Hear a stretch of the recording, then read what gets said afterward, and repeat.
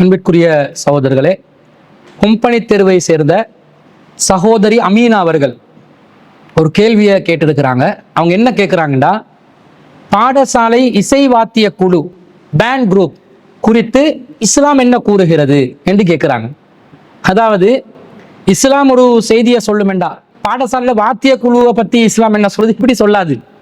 பொதுவாக ஒரு கன்செப்டை பற்றி இஸ்லாம் என்ன சொல்லுதுன்றதை வச்சு இதற்கு பதிலளிக்கலாம். அதாவது இசை வாத்திய குழு என்றால் எதை வச்சு சொல்றாங்க? இசை கருவிகள் பயன்படுத்தக்கூடிய ஒரு குழுவை பற்றி. இப்ப இசை கருவி பயன்படுத்துவது சம்பந்தமாக இஸ்லாத்தின் நிலைப்பாடு என்ன என்பதை தான் நாங்கள் இந்த விஷயத்துல பார்க்கணும். இசை ஹராமா ஹலாலா?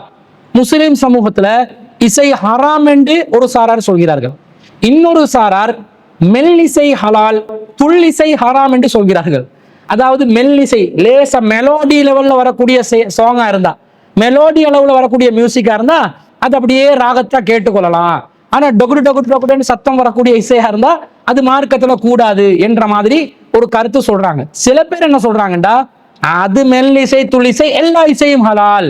அது இஸ்லாமிய கீதம் நாகூர் அனிஃபா படிச்சிருக்கிறாரா இல்லையா, அதுல மியூசிக் வருதா இல்லையா, அதுல பியானோ வாசிக்கிறாங்களா இல்லையா, அதுல டபுளா வாசிக்கிறாங்களா இல்லையா, எல்லா இசையும் ஹலால் தான் என்று சொல்றாங்க. இதுல எது சரி என்பதை நாங்கள் பார்க்க வேண்டும். இசை சம்பந்தமாக திருக்குர்ஆன்ல இசை ஹராம் என்பதற்கு நேரடியாக எந்த ஒரு ஆதாரமும் இல்லை. ஆனால் நபிகள் நாயகம் ஸல்லல்லாஹு அலைஹி வஸல்லம் அவர்கள் இசை ஹராம் என்று நேரடியாக தடை செய்திருக்கிறார்கள். எப்படி வருது? புகாரிலே 5590வது செய்தியில என்ன வருது என்று சொன்னா, லயகூனன்ன மின் உம்மத்தி அக்வாம், எனது உம்மத்திலே ஒரு சமூகம் வருவார்கள், சாரார் வருவார்கள், யஸ்தஹில்லூனல் ஹிர வல் ஹரீர, அவர்கள் விபச்சாரத்தையும் பட்டாடையும் ஹலாலாக்குவார்கள், வல் ஹம்ர வல் மஆசிஃப, மதுவையும் இசைக்கருவிகளையும் ஹலாலாக்குவார்கள் என்று நபி ஸல்லல்லாஹு அலைஹி வஸல்லம் அவர்கள் ஒரு எச்சரிக்கையை விடுக்கிறார்கள். எதிர்காலத்தில் ஒரு சமூகம் வரும், முஸ்லிம் சமூகத்திலே ஒரு சாரார் வருவார்கள், பட்டை ஹலாலாக்குவார்கள். பட்டு இஸ்லாத்தில் ஹராம், ஆனா இந்த சாரார் பட்டை ஹலாலாக்குவார்கள். மது இஸ்லாத்தில் ஹராம், ஆனா இந்த சாரார் மதுவை ஹலாலாக்குவார்கள். இசைக்கருவி இஸ்லாத்தில் ஹராம், ஆனா இந்த சாரார் இசைக்கருவியை ஹலாலாக்குவார்கள். விபச்சாரம் இஸ்லாத்தில் ஹராம், ஆனா இந்த சாரார் விபச்சாரத்தையும் ஹலாலாக்குவார்கள் என்று நபி ஸல்லல்லாஹு அலைஹி வஸல்லம் சொல்றாங்க. அல்லாஹ் காப்பாற்றணும், அல்லாஹ் பாதுகாக்கணும். இசைக்கு இஸ்லாமிய இசை என்று யாரு சொல்கிறார்களோ அவர்களும் இந்த ஹதீஸின் மூலம் எச்சரிக்கை செய்யப்பட்டவர்கள். நாகூர் அனீஃபாவுடைய இஸ்லாமிய கீதங்கள், இஸ்லாமிய இசைகள் என்று சொல்லி யாரெல்லாம் ரசிக்கிறார்களோ, இஸ்லாமிய கலை நிகழ்வுகள்ல, இஸ்லாமிய நிகழ்ச்சிகள்ல, இஸ்லாமிய பாடல்கள் என்று மியூசிக்கோட சேர்ந்து இதை யாரெல்லாம் மார்க்க சாயலில் இதை அனுமதிக்கிறார்களோ அவர்கள் எல்லாம் இந்த ஹதீஸின் மூலம் எச்சரிக்கை செய்யப்பட்ட அந்த வழிகட்ட சாரார் என்று விளங்குகிறோம். ஏன் வழிகேடு? இவர்கள் எதையெல்லாம் ஹலாலாக்குறாங்க? மது ஹலால், பட்டு ஹலால், விபச்சாரம் ஹலால் என்றாங்க. அப்ப இந்த மாதிரி கேடு கெட்ட அசிங்கமான மானக்கேடான விஷயங்களை ஹலால் செய்பவர்கள் தான் இசை கருவிகளும் ஹலால் என்று சொல்வார்கள் என்று நபி ஸல்லல்லாஹு அலைஹி வஸல்லம் அவர்கள் சொல்வதிலிருந்து எந்த அளவுக்கு விபச்சாரம் ஹராமோ, எந்த அளவுக்கு பட்டாடை ஹராமோ, எந்த அளவுக்கு மது ஹமரு ஹராமோ, அந்த அளவுக்கு இசையும் ஹராம் என்பது நாங்கள் இந்த செய்தியிலிருந்து விளங்கிக் கொள்கிறோம். அதே போன்று நபிகள் நாயகம் ஸல்லல்லாஹு அலைஹி வஸல்லம் அவர்கள் இந்த இசை கருவிகள்ல ஒரு விதிவிலக்க கொடுக்குறாங்க. பொதுவாக இசை கருவிகள் அனைத்தும் ஹராம், ஆனா ஒரு விஷயத்துக்கு மட்டும் ரசூல் ஸல்லல்லாஹு அலைஹி வஸல்லம் விதிவிலக்கு கொடுத்ததை நாங்க சஹீஹ் முஸ்லிம்ல 1619வது செய்தியில பார்க்கிறோம். ஆயிஷா ரலியல்லாஹு அன்ஹா அறிவிக்கிறாங்க, தஹல அலைய அபூபக்கர், அபூபக்கர் ரலியல்லாஹு அன்ஹு அவர்கள் என்னிடம் வந்தார்கள், வ இந்தி ஜாரியத்தானி மின் ஜவாரியல் அன்சார், என்னுடைய அண்டை வீட்டாரான 2 அன்சாரி பெண்கள் இருக்கும் நிலையில் என்னிடம் அபூபக்கர் ரலியல்லாஹு அன்ஹு வந்தார்கள். துகன்னியானி பிமா தகாவனத் பிஹில் அன்சாரு யௌம புஆசின், அவர்கள் பாடல் பாடிக்கொண்டிருந்தார்கள். என்ன பாட்டு பாடிக்கொண்டிருந்தாங்க? புஆஸ் எனும் போரின் போது அன்சாரிகள் பாடிய பாடல்களை பாடிக்கொண்டிருந்தார்கள். ஒரு புஆஸ் என்ற ஒரு போர் நடந்திருக்குது. அந்த போர்ல வெற்றி பெறும் போது அன்சாரிகள் அந்த காலத்துல ஹவுஸ் கஸ்ரத் குலத்தை சேர்ந்தவர்கள் வெற்றிக்காக வேண்டி பாடல்களை பாடியிருக்கிறார்கள். அந்த பாடல்களை ஆயிஷா ரலியல்லாஹு அன்ஹா அவர்களுடைய வீட்டுல இந்த அன்சாரி பெண்கள் பாடிக்கொண்டு இருக்கிறார்கள். இந்த நிலையில ஆயிஷா ரலியல்லாஹு அன்ஹா சொல்றாங்க, வலைசத்தா பிமுகன்னியத்தீனி, அவர்கள் பாடகிகளாக இருக்கவில்லை, அந்த பரம்பரையா பாடல் பாடக்கூடிய பாடகிகள் எல்லாம் இல்ல, சாதாரண 2 அன்சாரி பெண்கள் தான். ஆனால் பாட்டு படிச்சு கொண்டிருந்தாங்க. அந்த நேரத்துல அபூபக்கர் வந்தார்கள். வந்து என்ன சொன்னார்கள்? ஃபகால அபூபக்கர் அபி முஸ்மூரி ஷைத்தானி ஃபீ பைத்தி ரசூலில்லாஹி ஸல்லல்லாஹு அலைஹி வஸல்லம், அல்லாஹ்வின் தூதர் ஸல்லல்லாஹு அலைஹி வஸல்லம் அவர்களுடைய வீட்டிலே ஷைத்தானின் இசை கருவிகளா என்று கேட்கிறார்கள். அப்ப ரசூல் ஸல்லல்லாஹு அலைஹி வஸல்லம் சொல்றாங்க, யா அபூபக்கர், அபூபக்கர் அவர்களே, இன்ன லிகுல்லி கௌமின் ஈதன், எல்லா சமூகங்களுக்கும் பெருநாள் தினங்கள் இருக்கின்றன. வஹாதா ஈதுனா, இன்றைய நாள் நமது பெருநாளாக இருக்கிறது. எனவே நீங்கள் இந்த பெருநாள் நாளில் அவர்கள் இசைக்கருவிகளை கொண்டு இசைப்பதை நீங்கள் தடை செய்ய வேண்டாம் என்று நபி ஸல்லல்லாஹு அலைஹி வஸல்லம் அவர்கள் இசைக்கருவி ஒன்றை பயன்படுத்தி இசைத்ததை அனுமதித்ததாக வருகிறது. இது சஹீஹ் முஸ்லிம்ல 1619. அந்த இசைக்கருவி எது, எதை வைத்து அவர்கள் இசைத்துக் கொண்டு இருந்தார்கள் என்ற செய்தியை நாங்க புகாரில 3529வது செய்தியாக பார்க்கிறோம். இதே செய்தி, தஹல அலைஹா ஆயிஷா ரலியல்லாஹு அன்ஹா அவர்களிடம் அபூபக்கர் அவர்கள் வந்தார்கள். வைந்தஹா ஜாரியத்தானி ஃபீ ஐயாமி மினா, மினாவுடைய நாட்களில் அவர்களுடைய ஆயிஷா ரலியல்லாஹு அன்ஹா வீட்டாரில் 2 அன்சாரி பெண்கள் வீட்டில் இருக்கும் பொழுது, மினாவுடைய நாள் என்று சொன்னா உங்களுக்கு தெரியும், அது துல்ஹஜ் மாசத்துடைய 10வது நாள் பெருநாள் நாள், 11, 12, 13ஆம் நாட்கள் மினாவுடைய நாட்கள். அப்ப மினாவுடைய நாட்களும் இஸ்லாத்துல பெருநாளுடைய நாட்கள் தான். ஏன்னு சொன்னா எங்களுக்கு 2 பெருநாள், ஈதுல் ஃபித்ர், ஈதுல் அல்ஹாவாக இருந்தாலும் ரசூலுல்லாஹ் மினாவுடைய நாட்கள் உண்ணுவதற்கும் பருகுவதற்கும் உரிய நாட்கள் என்று சொல்றாங்க. அதாவது என்ஜாய் பண்ற நாள் என்றாங்க. என்ஜாய் பண்ற நாள் என்றா அதுவும் பெருநாள் தான். அப்ப இந்த மினாவுடைய நாட்கள்ல தான் இந்த அன்சாரி தோழர்களான அண்டை வீட்டார்கள் வந்து பாடிக்கொண்டிருக்கிறாங்க. எப்படி பாடினாங்க? துதஃபிஃபானி வ தலரிபானி, அவர்கள் தஃப்பை அடித்துக் கொண்டு அதன் மூலம் தட்டிக்கொண்டு இசைத்து கொண்டு இருந்தார்கள். தஃப் என்ற ஒரு இசை கருவியை வைத்துதான் அவர்கள் இசைத்துக் கொண்டு இருந்தார்கள் என்ற செய்தியை நாங்கள் பார்க்கிறோம். அந்த நேரம் வன் நபியு ஸல்லல்லாஹு அலைஹி வஸல்லம் முத்தகஸ்ஸின் பி தௌபிஹி, ரசூலுல்லாஹ் முகத்தை மூடிக்கொண்டு படுத்துக் கொண்டு இருந்தார்கள். இந்த நேரத்துல தான் அபூபக்கர் ரலியல்லாஹு அன்ஹு அவர்கள் வந்து இப்படி கண்டிச்சு பேசினாங்க. அப்ப ஃபகஸஃபன் நபியு ஸல்லல்லாஹு அலைஹி வஸல்லம் அன் வஜ்ஹி, ரசூல் அப்படி முகத்தை மறைச்சிருந்த ஆடையை விலக்கி கொண்டு, தஹுமா யா அபூபக்கர், அபூபக்கரே அவர்களை விட்டு விடுங்கள், ஃபஇன்னஹா அய்யாமு ஈதின், இந்த மினாவுடைய நாட்கள் நமக்கு பெருநாள் நாட்களாக இருக்கிறது. வதில்கல் ஐயாமு மினா, இது மினாவுடைய நாட்கள், நமக்குரிய பெருநாளுக்குரிய நாட்கள் என்று சொல்லி நபி ஸல்லல்லாஹு அலைஹி வஸல்லம் அவர்கள் சொன்னதா வருது. அப்போ ஒரு பெருநாள் தினத்தில் தஃப் என்ற இசைக்கருவியை பயன்படுத்தி இசைப்பது மார்க்கத்திலே எந்த ஒரு தவறும் இல்லைன்னு விளங்குது. தஃப் என்ன? சலங்கைகள் இல்லாத கஞ்சிராவைத்தான் தஃப் என்று சொல்லுவோம். அது நம்முடைய இலங்கை மக்களுக்கு புரியும் விதத்தில் சொல்வதாக இருந்தால், ரபன் இருக்குது, அந்த பாபாமார்கள் சஹர் நேரத்தில் எழுப்புறதுக்காக தட்டி கொண்டு வருவார்களே, இந்த ரபன் தான் தஃப் என்பது. ஆனா அதுல சலங்கையை வச்சிருப்பாங்க. சலங்கை இல்லாத நிலையில் உள்ள ரபன் தான், அதாவது சஞ்சிரா தான் தஃப் என்று சொல்வார்கள். அப்ப தஃப் அடிப்பது இஸ்லாத்தில் தடுக்கப்பட்ட ஒரு காரியம் அல்ல. இசைக்கருவிகள் அனைத்தும் ஹராம், தஃப்பை தவிர என்று நாங்கள் விளங்கிக் கொள்கிறோம். அப்ப இது புகாரில 3629வது செய்தியா வருது. அபூபக்கர் ரலியல்லாஹு அன்ஹு அவர்கள் ஷைத்தானின் இசைக்கருவிகளான்னு கேட்கிறாங்க. 2-3 தஃப் வச்சு அடிச்சிருப்பாங்க. ரசூல் ஸல்லல்லாஹு அலைஹி வஸல்லம் என்ன சொல்றாங்க? நமக்கு பெருநாள் நாள், ஷைத்தானுடைய அது இசைக்கருவிதான், ஆனால் பெருநாள் நாள் என்பதனால இந்த இசைக்கருவிக்கு அனுமதி உண்டு. அப்ப தாராளமாக ஒரு சந்தோஷமான நாள்ல, மகிழ்ச்சிகரமான நாள்ல தஃப் என்ற இசைக்கருவியை மட்டும் பயன்படுத்துவதற்கு மார்க்கத்துல அனுமதி இருக்கிறது என்பது விளங்குகிறது. இன்னொரு செய்தி அஹ்மதுல வருது, 2494வது செய்தியாக அப்துல்லா இப்னு அப்பாஸ் ரலியல்லாஹு அன்ஹு அறிவிக்கிறாங்க, இன்னல்லாஹ ஹர்ரம அலைக்குமுல் ஹம்ர, அல்லாஹ் உங்களுக்கு மதுவை ஹராமாக்கிட்டான், வல் மைசிர, சூதாட்டத்தை ஹராமாக்கிட்டான், வல் கூபத்த, மத்தளத்தை உங்களுக்கு ஹராமாக்கிட்டான், வகால குல் முஸ்கிரின் ஹராம், போதை தரும் ஒவ்வொன்றும் தடை செய்யப்பட்டதாகும் என்று நபி ஸல்லல்லாஹு அலைஹி வஸல்லம் சொல்றாங்க. அப்ப இந்த மத்தளத்தை ரசூலுல்லாஹ் தடுக்கிறாங்க. மத்தளம் என்று சொன்னா நம்ம இலங்கை நாட்டு மக்கள் டோல்கி என்றுவாங்க. 2 பக்கம் தட்டக்கூடிய நிலையில் உள்ள ஒரு இசைக்கருவிதான் அது. இந்த மாட்டினுடைய தோலினால் 2 பக்கங்கள் மூடப்பட்டிருக்கும், அது பலகைகளால் உருளை வடிவத்தில் இருக்கக்கூடிய ஒரு இசைக்கருவிதான் டோல்கி என்றுவாங்க. அந்த மாதிரி ஒரு டோல்கியை பயன்படுத்தி அதை இசைக்கருவியாக பயன்படுத்துவதையும் நபி ஸல்லல்லாஹு அலைஹி வஸல்லம் தடுத்திருக்கிறதிலிருந்து தஃப் அடிக்கலாமே தவிர நீங்க டோல்கி போட்டு பஜாவ் போட்டுக்கொண்டு இருக்க முடியாது என்றதையும் நாங்க விளங்கி கொள்றோம். இப்ப இசைக்கருவிகள் இஸ்லாத்துல ஹராம். இதுல துள்ளிசை, மெல்லிசை அது எல்லாம் ஹலால், இப்படி வரல. மார்க்கத்துல இசைக்கருவி ஹராம், முற்றிலும் முழுவதிலும் ஹராம். தஃப் மட்டும் சந்தோஷமான நாட்கள்ல பயன்படுத்திக் கொள்ளலாம். வேணுமென்றா பெருநாள் நாள்ல எல்லாரும் கூட்டமா சேர்ந்து ஒருத்தர் ரப்பர் அடிச்சு பாட்டு பாடலாம். அல்லது திருமண வைபவங்களின் போது ரசூலோட காலத்துல இந்த தஃப் இசைக்கருவியாக பயன்படுத்தி சத்தம் போட்டு பாட்டு பாடிக்கிறாங்க. இந்த மாதிரி பயன்படுத்தலாமே தவிர இந்த பேண்டு, பாடசாலை வாத்திய குழு இந்த பேண்டு வச்சு இசைக்கருவிகளை பயன்படுத்தி கொண்டிருப்பதற்கு மார்க்கம் அனுமதிக்குமான்னு கேட்டா அனுமதிக்காது. பாடசாலையிட மியூசிக் பேண்ட் குரூப்பும் வரக்கூடிய கருவிகளும் இசை கருவிகள் தான்.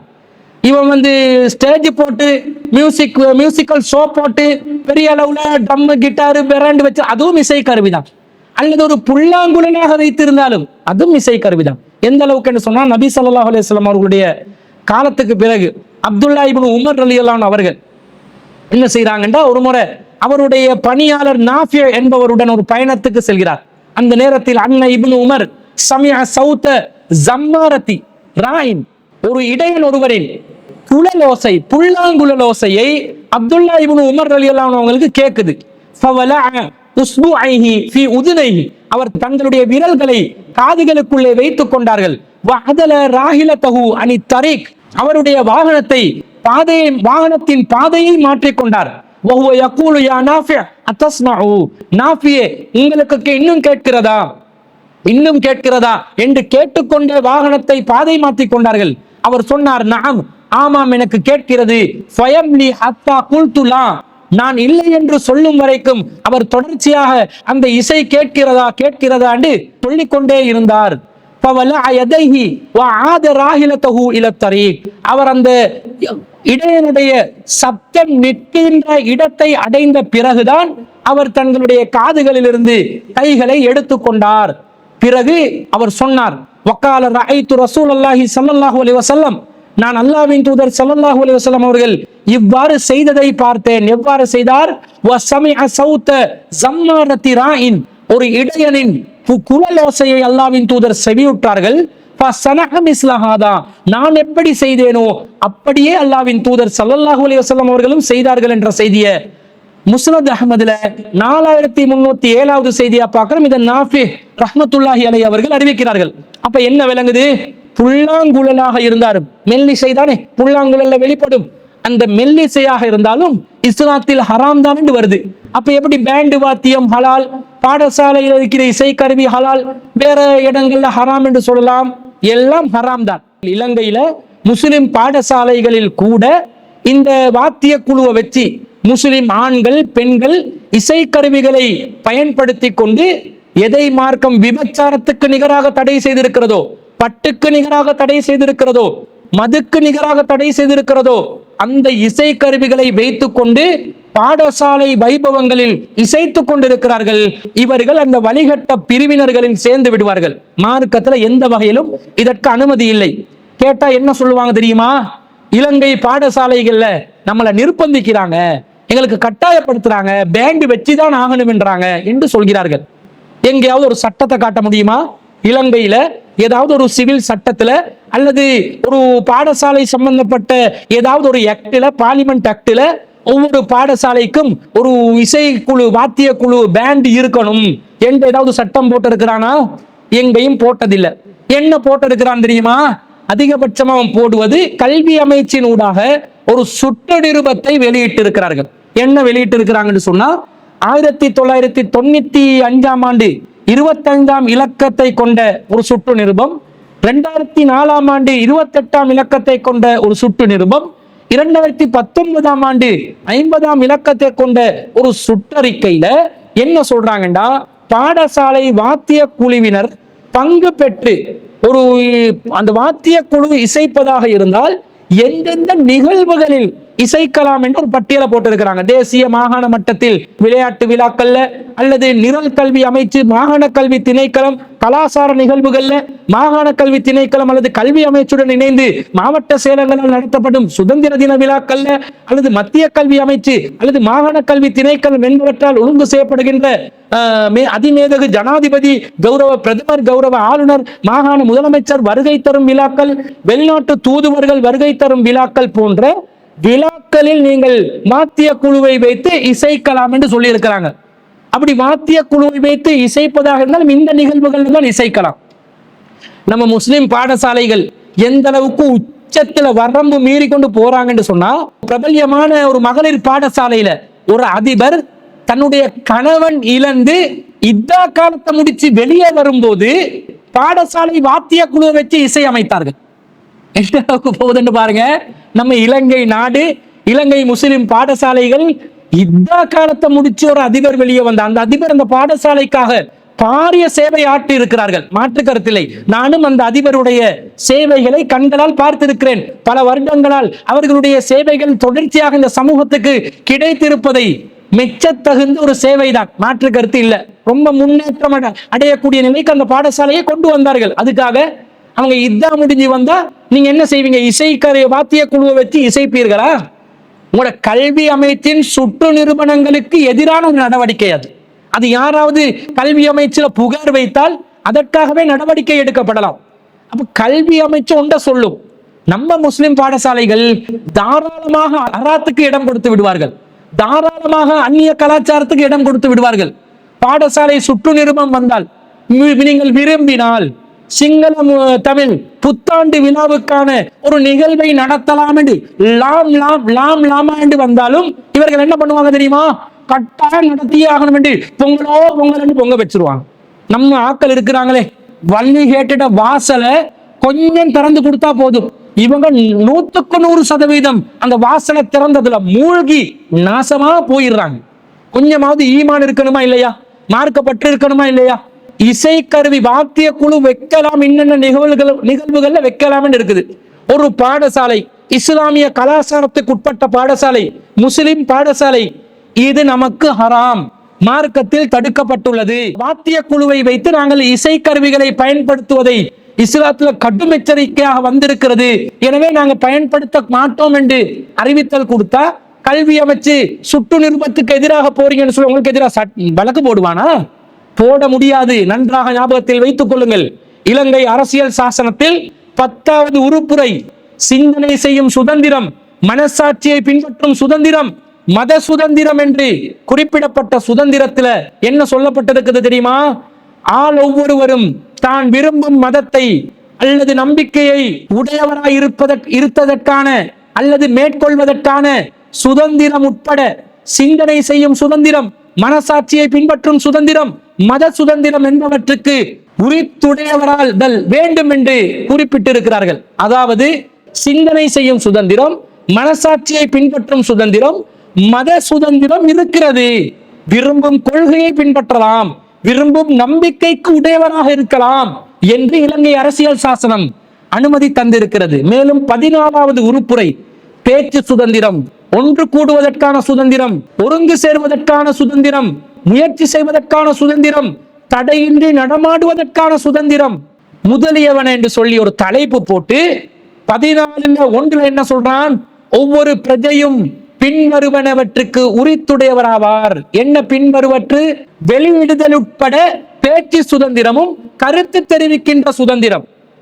ஏதாவது வெளியிடலாம், கருத்து சுதந்திரம், பேச்சும் வெளியிடலாம், கருத்தும் வெளியிடலாம், புத்தக வழிவடத்திலும் வெளியிடலாம். அமைதியான முறையில் ஒன்று கூடுவதற்கான சுதந்திரம், அசம்பிளி ஆகலாம், லோஃபுல் அசம்பிளி, பீஸ்ஃபுல் அசம்பிளி. ஒருங்கு சேர்வதற்கான சுதந்திரம், அதாவது அனைவரும் ஒன்று கூடும் சுதந்திரம். தொழிற்சங்கம் ஒன்றை அமைக்கவும் அதில் சேரவும் உள்ள சுதந்திரம், தொழிற்சங்கங்களையும் அமைத்துக் கொள்ளலாம்.